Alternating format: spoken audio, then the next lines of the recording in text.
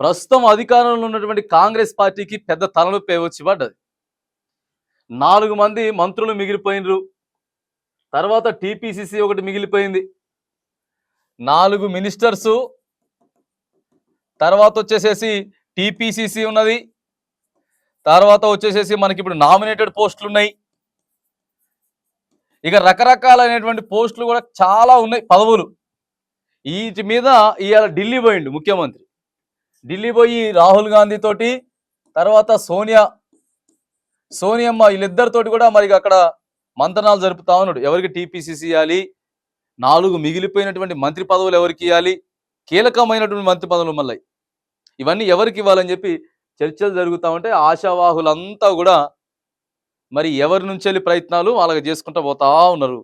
ఎవరికి క్యాబినెట్లో చోటు దక్కబోతా ఉన్నది అనేది ఒక ప్రత్యేకమైన చర్చ. ఎందుకంటే ఓ 10 మంది దాకా ఎమ్మెల్యేలు మారారు, బీఆర్ఎస్ నుంచి మారి కాంగ్రెస్లోకి వచ్చారు.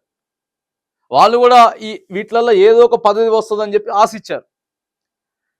కానీ మరి వాళ్ళకే ఇస్తారా, లేకపోతే ఇప్పుడు పాత కాంగ్రెస్ ఎప్పటి నుంచో 20-30 సంవత్సరాల నుంచి కాంగ్రెస్ పార్టీని భుజాల మీద మోసిన వాళ్ళకి ఇస్తారా, లేకపోతే మళ్ళీ రెడ్డి సామాజిక వర్గానికే మళ్ళీ ముఖ్యమంత్రి రేవంత్ రెడ్డి పట్టుకొస్తాడా, వేరే ఎస్సీ ఎస్టీ బీసీలకి ఏమైనా అవకాశం ఇచ్చేటటువంటి మరి పనిచేస్తా ఉందని అనేది చర్చలు అయితే జరుగుతూ ఉన్నాయి. మ్యాక్సిమం ఈ 2-3 రోజుల్లో ఆ అదృష్టవంతులు ఎవరు, మరి రేవంత్ టీంలోకి వచ్చేది ఎవరు అనేటటువంటి ఒక పెద్ద క్వశ్చన్ మార్క్ ఏదైతే ఉందో క్లారిటీ రాబోతా ఉన్నది. టీపీసీసీతో పాటు 4 మంత్రి పదవులు ఎవరు అనేది ప్రస్తుతం ఢిల్లీలో చర్చ జరుగుతూ ఉన్నది. తెలంగాణ రాష్ట్ర ముఖ్యమంత్రి ప్రస్తుతం ఢిల్లీలో చర్చలు జరుపుతా ఉన్నాడు. ఈ 2-3 రోజుల్లో మాత్రానికి పేర్లు ఫైనల్ అయిపోయేటటువంటి అవకాశం కనబడతా ఉంది.